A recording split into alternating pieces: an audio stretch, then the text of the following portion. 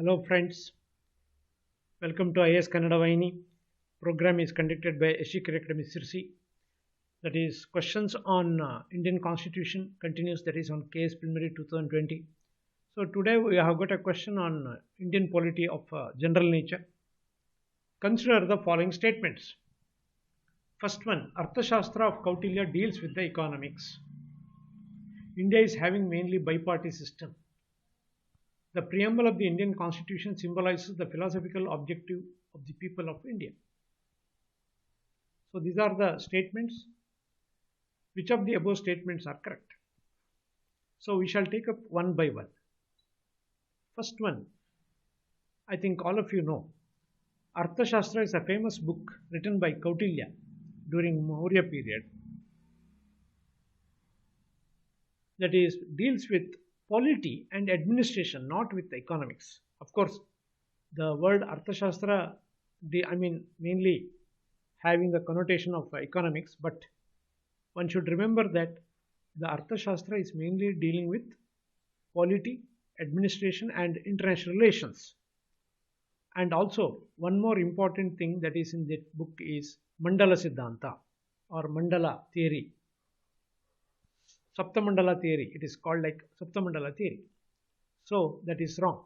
And the original name of the Kautilya is Vishnugupta. And one more name is there, that is Chanakya.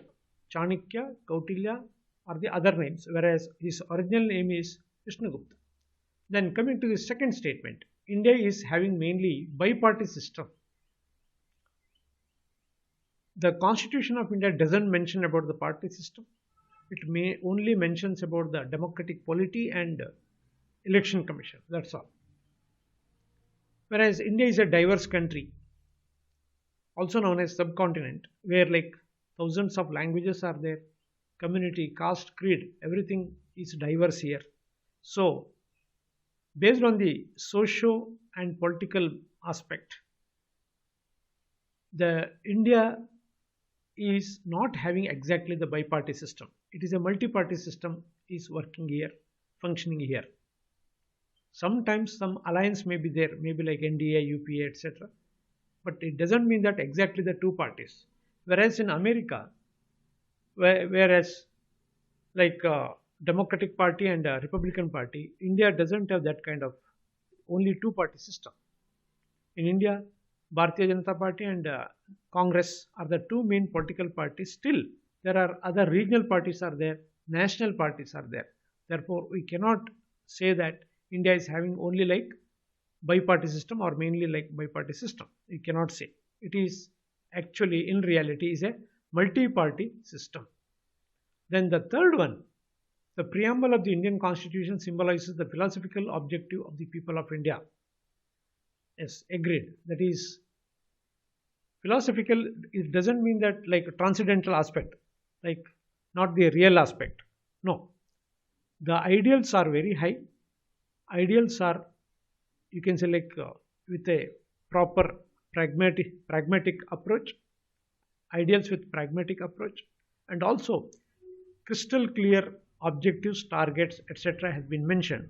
But some kind of philosophical background is there, dimension is there. Therefore, the preamble totally summarizes the wish and the endeavor and also the objective of the people of India. Therefore, we can say like it has got some political dimension.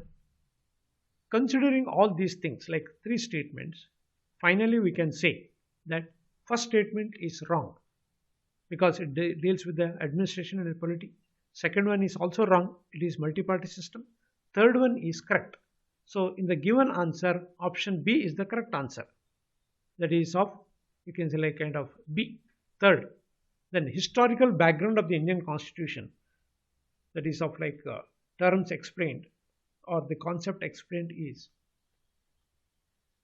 the Indian Constitution is framed under the historical background because the British parliamentary system we have adopted and some of the ethos that is mentioned in the Vedas or like Buddhism, Jainism, and also like the other like Maurya's period have been borrowed and also the good points, the positive points from the other constitutions also have been borrowed.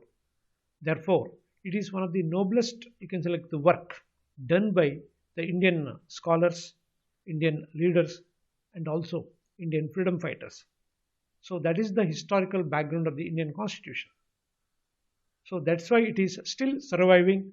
It is the main guide for the Indian polity.